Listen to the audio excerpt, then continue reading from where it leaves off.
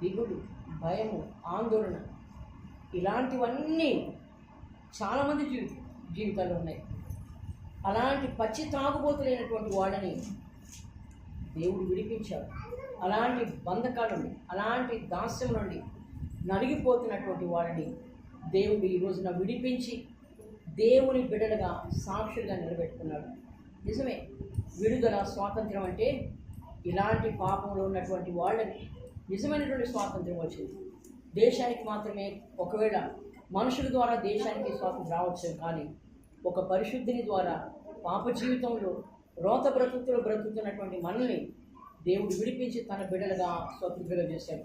మీరు చూడండి, పాపదాస్యం నుండి దేవుడు మొట్టమొదటిగా మనం చదువుతున్నప్పుడు రోమపత్రిక 6వ అధ్యాయము 6వ వచనం చదువుతున్నప్పుడు 6వ అధ్యాయము 6వ వచనం మనం చదువుతున్నప్పుడు ప్రభు అయినటువంటి యేసుక్రీస్తు వారు